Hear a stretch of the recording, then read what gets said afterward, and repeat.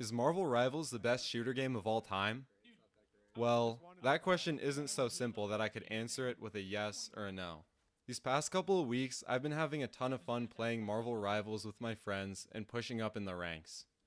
There are some things in the game that I don't love, yet I still haven't had this much fun playing a game in years. It got me thinking, is this the perfect game? Has there ever been another shooter game that felt so polished and fun even shortly after release? And most importantly, what makes Marvel Rivals so fun? Before I get into the meat and potatoes of this video, I just want to give a quick thanks for getting me over 10,000 views on my last video. I'm so grateful for all the support I got in the comments section, even if your comment was complaining about how I dissed your character. But I want this video to be a bit more serious than the last one and really go into the state of this new game that I love so much. So, without further ado, let's answer the question. Is Marvel Rivals the best shooter game of all time? You may be wondering how you even measure how good a game is, and the answer is quite simple. How much fun you have while playing it. It's easy to get caught up in things like balancing, glitches, and faulty game mechanics, but at the end of the day, all that matters is how much fun you have. While being balanced can make a game more fun, it can lead to a boring meta, and while glitches and faulty game mechanics can detract from fun, they can also add depth to the gameplay loop. I mean, just look at Skyrim. That game's full of bugs, yet I would still say it's one of the best games of all time. So, what is Marvel doing to make their game fun? Well, despite it being so new, the game feels really well balanced. It's possible to win with every character, but more importantly, every character can feel strong or overpowered in their own right with some practice. Minus maybe Black Widow. This is one of the biggest problems hero shooters tend to have. They often make characters weaker in order to balance the game, but then end up taking power away from the player. I was worried Rivals would end up with the same issue, but they seem to be aware of it given the Season 1 patch notes. While many of the characters like Hawkeye, Hela, Bucky, Iron Man, Namor, Strange, Hulk, Snow, and Mantis were really strong, only Hawkeye and Hela ended up with nerfs that were honestly pretty negligible. Some of the characters I listed even ended up with buffs for some reason. On the other hand, it can feel pretty annoying to get rolled by these characters, and having another season where you have to deal with them can be a deal breaker. The reason why it's so hard to balance characters is because it's about finding a balance. You need characters to feel strong to empower the player, but strong characters aren't fun to play against. Now that we've gone over that, what else did they do right?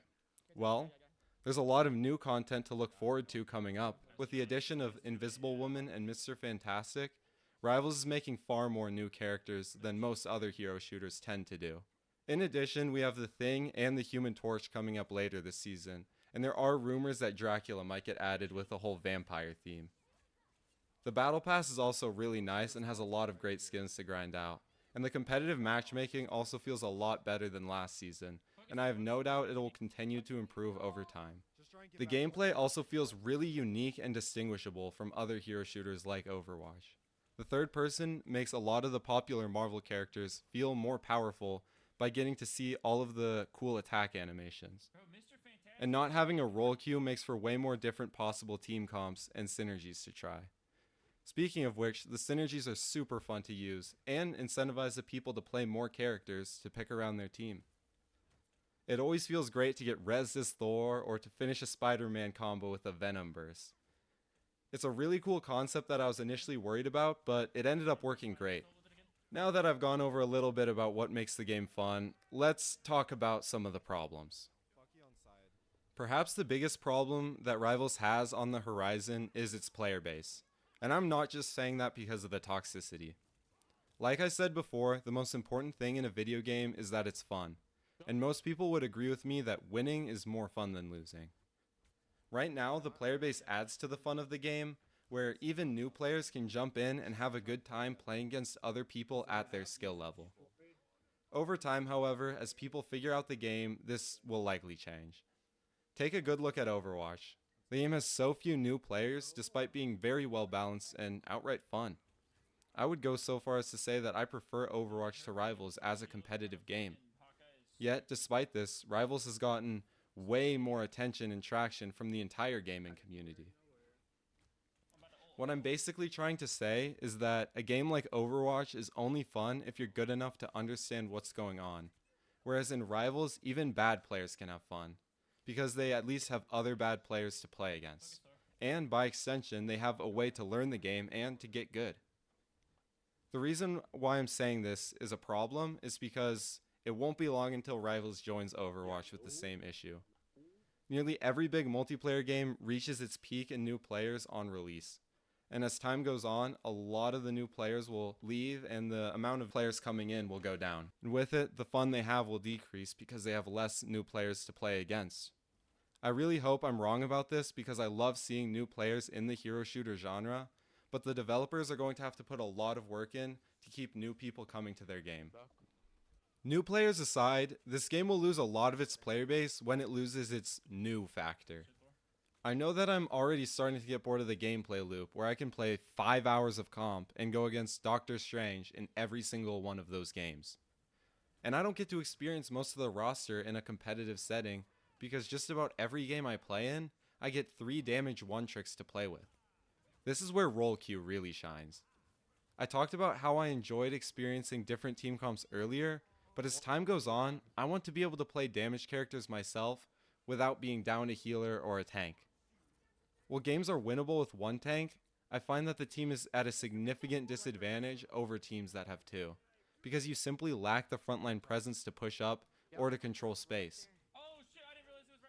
I'm glad I get to experience this game without role queue for a while, but I think that this game would be much more fun going forward if they added it, especially because queue times are already almost instant. I doubt adding role queue would make much of a difference. Also, this would make matchmaking way more even because you would never be stuck with someone being forced to play on their off role. I get that all queue is supposed to encourage people to flex and know how to play different roles, but in practice, it often does the opposite.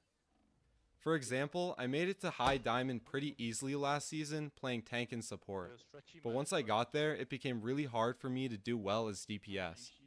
This led me to never really getting to play damage in a competitive environment.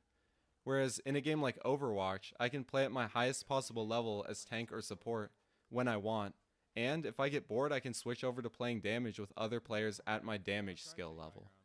Speaking of which, since Rivals came out, I've been seeing a lot of people hating on Overwatch, despite there being a lot of things they did right.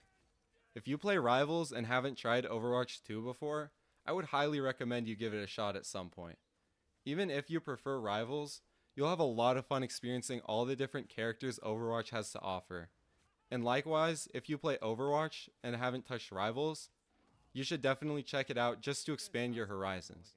I mean, both games are free, so you really don't lose anything by checking out the other one. It feels like there's a lot of tension between Overwatch and Rivals fanboys when there just doesn't need to be. So many Rivals players hate on Overwatch for no real reason, just because it's a popular opinion. And on the other hand, I've seen some Overwatch players hate on Rivals because they find it unoriginal, even though both games are just different people's takes on the hero shooter format. It's fine to like one more than the other, but you should be able to appreciate each one for offering a fun experience to the world of gaming. And if you hate on Overwatch because you didn't like it 5 years ago, you should give it another shot because it's a completely different game now from what it was then. Anyways, back to the topic of the video. I feel like the meta in Rivals is beginning to stagnate. I see Strange and Luna Snow so often, it makes different games blend together in my head. And after a month of playing it, it's starting to get old. While character bans in comp help with that a little, the bans in each game almost always turn out to be the same, which doesn't help each game from feeling different.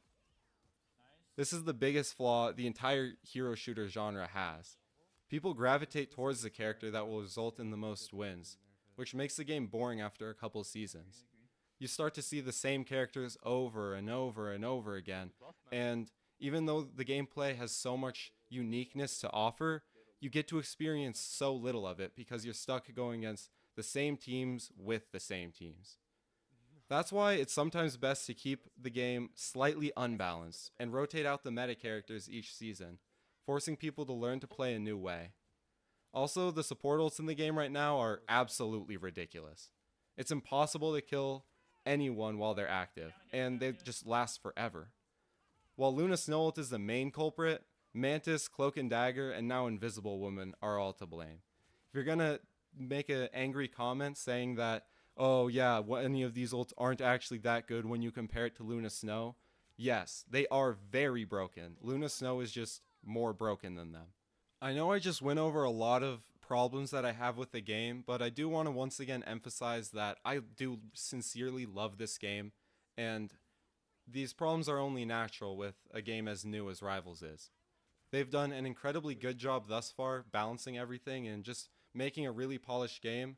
So I'm just picking out some of the flaws that stand out to me that I think they could improve on in the future. This isn't me hating on their game. Like I said, their game is fantastic and I would totally recommend that you play it. Every game has some improving to do, and I think that these are the areas that they can improve most. Yo, I'm gonna pause the video real quick for a brief intermission. First off, to say like and subscribe, and that I stream every now and again on YouTube. I don't really have a schedule, so drop by. Maybe I'm live, maybe I'm not. If you really want to catch my streams, then either turn on notos or join my Discord. But more importantly, I want to say that this is where the script for the video ends. Everything after this point is me kind of just rambling on. So if you want to click on a different video, now is the time to do so. But I still would really appreciate if you watch the rest. It's just less dense, and it's kind of just my unfiltered thoughts on the entire game.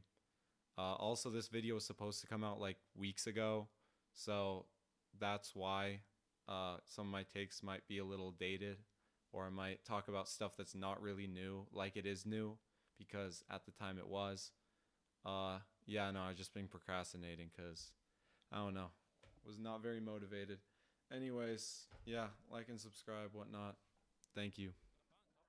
Next, I want to talk a little bit about other successful shooters in the past and what they did right. The most notorious one being Fortnite. Fortnite really just changed the world of gaming. Before Fortnite, any multiplayer shooter you would see cost around $60, and even past that, a lot of them would still have in-game purchases. Fortnite really revolutionized the format of having a free-to-play game and then having all of the transactional things just be cosmetic, like DLC content type of thing. I don't think Rivals has that kind of impact on the gaming world. If you're trying to argue for like GOAT, best game of all time, it's really hard to say that Rivals has done such a thing before or this early into the game's lifespan. In the past, games are successful when they bring a new idea to the table. Like Fortnite was a battle royale before the battle royale format really took off, and they also introduced building, which was a really unique mechanic. I'm not sure if Rivals has anything that stands out that much, but it doesn't really need to. There aren't many hero shooter games on the market because of how difficult they are to make. Like the only ones I can really think of are Overwatch and Paladins, and now Rivals, of course. And then they had a couple other ones that kind of flopped, like that Star Wars one. Valve made one, kind of had like League of Legends elements. But Overwatch was the only... Oh yeah, and then TF2, which honestly, I don't even know if I count that. It plays more like Call of Duty in practice. Still a fun game, but whatnot. Overwatch was the only hero shooter that like really took off. The early patch notes, the game was like pretty bad if you go back and play it, but they over time have like kind of perfected the formula, and it's really nice to see how Rivals picked up on that, using Overwatch as a blueprint to create a really great game. I think that there are a lot of problems that they will face in the future regarding how strong healing is, and counterpicking will become a bigger problem once people figure out all the matchups and stuff. It's only natural that that would happen. It's interesting to look at different games and how different games solve this problem. Like Overwatch recently added a DPS passive where damaged characters reduce the amount of healing other enemies receive after you hit them, which was originally Paladin's idea. They had a perk point called Cauterize that would make it so the people that you shoot don't get as much healing. And that worked really well. I think Overwatch saw that and decided to implement it into their own game, which was just a really good idea. Like I said before, I don't find any of this as like being unoriginal or like copycatting, because at the end of the day, if it makes the game better, it makes the game better. I don't think it's good to gatekeep game mechanics like this. Yeah, I do think adding a sort of healing reduction for some characters, maybe not all of them, but maybe add a couple damage characters that have natural cauterize so that you can counteract a like Luna Snow invincible tank comp. As far as the like real competitive scene goes with like the professional scene, I really like some of the stuff that they have going on where they have the open tournaments and whatnot, the qualifiers, and it makes so anyone can compete, which is a really good idea, and they are incentivizing and nurturing the professional aspect of this game, which will be really good for the lifespan. Only time will tell how much of this will really take off. I know that in the past there was like multiverses, which didn't, like, it had a couple moments in the spotlight, but it didn't really take off, even though that game was very fun. I don't think Rivals will be close to as much of a flop as Multiverses was. I mean, Multiverses went from being probably the most played game at some point to having a player base of like less than 1,000 people.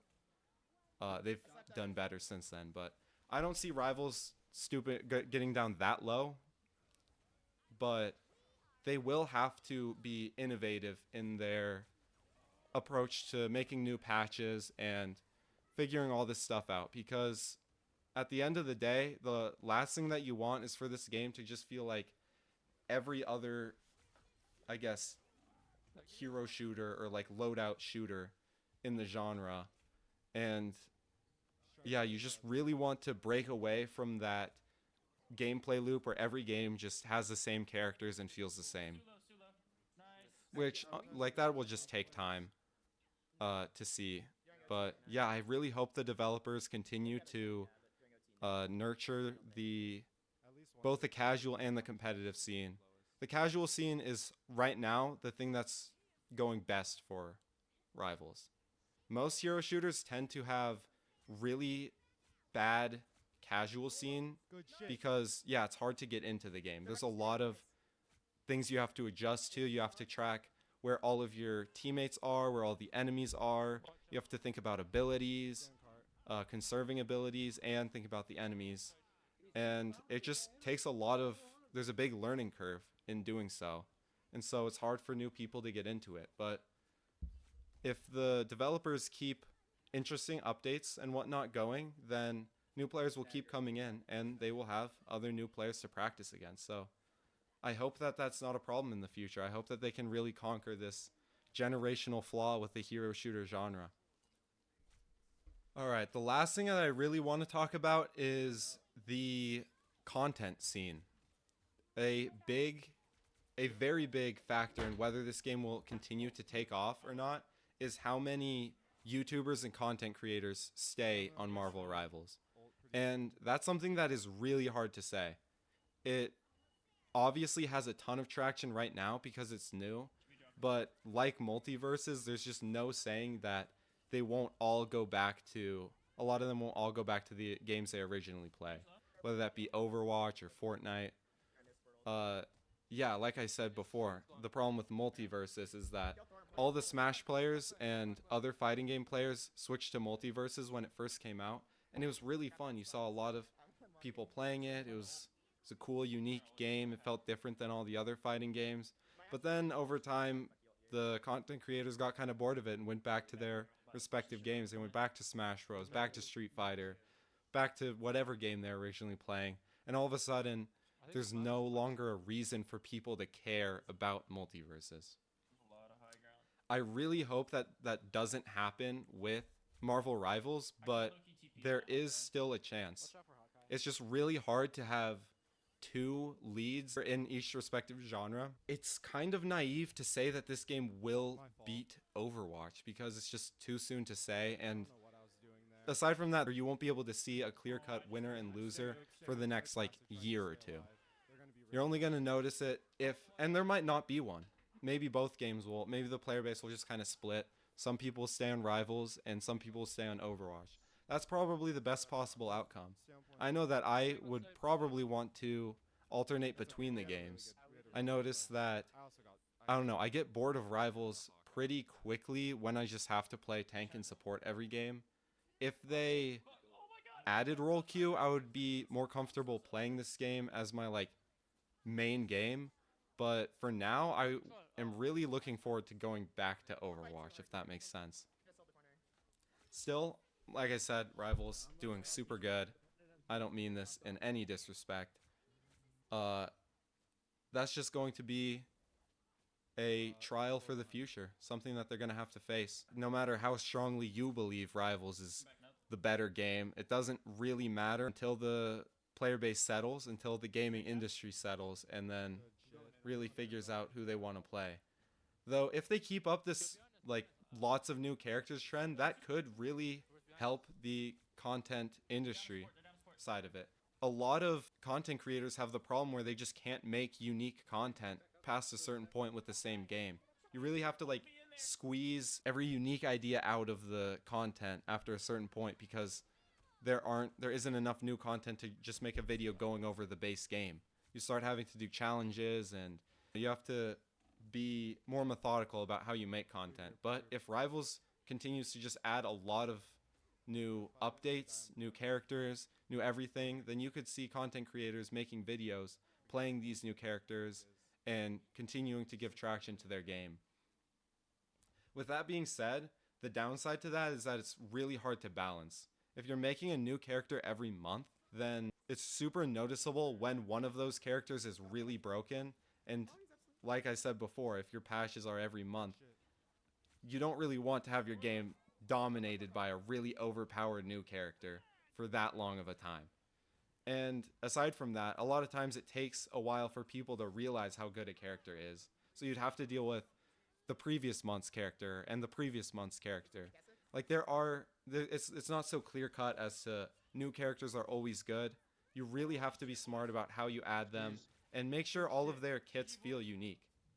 That's going to be another, I've probably said a million, this will be another problem, but Marvel as a, like, just superheroes in general tend to prioritize, like, melee stuff and, like, having swords and cool, like, close range weapons because that's what's cool in movies and comic books, right? It's less cool when someone just, like, shoots people with guns and when someone has, like, these really cool, like, dramatic sword fights or punch battles.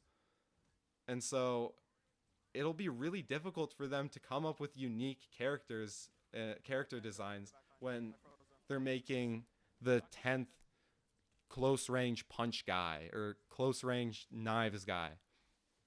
Like I was thinking about, like, man, why don't we have Drax in the game? But wouldn't he just play like all of the other close range tank characters? It's just going to be a really hard, I mean, we already have the Thing coming out. What they have to put an effort to make the Thing different from Hulk, different from Thor, different from Captain America. And after the Thing, they still have Juggernaut, Colossus. There's so many characters in Marvel that are just like big, really strong dude that punches people. And so it's going to be really difficult for them to make unique builds for each one. The characters that I'm really looking forward to, assuming they get added, would be like Ultron. I think Ultron would be interesting. Doctor Doom, I don't know if he might not get added for a while just because he has a pretty big role in like the plot as like the main enemy, right? And then obviously like Deadpool would be cool, Miles Morales. But yeah, it just keeps on bringing up the same questions. How do you make Miles Morales different from normal Spider-Man? And how do you make him fun to play against? I'm going to be entirely honest. I don't know if I want to play against a dive character that can turn invisible and stun people. Like, I already have enough on my plate dealing with Psylocke turning invisible or Hela's stunning. I don't know. It's just making these characters feel unique, fun to play, and fun to play against is going to be exceedingly difficult. And also, Marvel Rivals doesn't really have the ability to create their own like OC. You really have to go off of old Marvel characters, which, I mean, you have a lot of, there is silver lining to that. You have already ideas brainstormed. You don't have to, you won't be writer's blocked with the Marvel roster. But with that being said, yeah, it's just going to be really interesting to see how they handle all of this stuff. Alright, finally for my outro, I'm just gonna say, I just want to say a quick thank you to everyone that was supporting my channel earlier. Like I said, I'm so grateful that I got over 10,000 views on my last video. That's absolutely crazy to me. Thank you all so much for all the support I got. And I would really appreciate if you join my Discord. It's kind of a ghost town right now because I don't have that many people in it. But most of the time when I'm streaming, I'll be in one of the voice calls. You can feel free to like join, ask questions there. If you want to get involved, you're welcome to. Or if you want other people to game with, just please interact with my community if you're looking to do so. And yeah, I would really appreciate that. Also consider dropping a sub. I'm trying to get monetized, which requires 500 subscribers, which is, I'm still pretty far ways from. I'm like almost halfway there. But yeah, anything really helps. Liking this video will help it do better with the algorithm. I'd really appreciate that. But that's all I really have to say. So yeah, have a good day.